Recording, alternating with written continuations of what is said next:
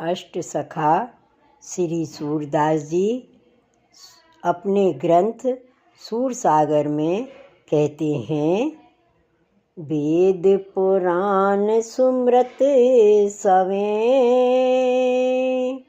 वेद पुराण सुमृत सवें, सुर नर सेवत जाहि, महामूढ़ अज्ञान मत, महामूढ़ अज्ञान मत, क्यों न संहारत ताहि।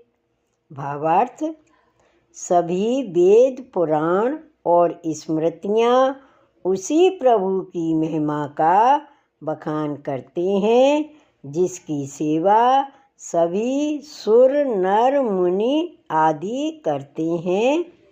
अरे महामूर्ख मन, अरे महामूर्ख मन, तू उस परम प्रभु का स्मरण क्यों नहीं करता। जय श्री कृष्ण।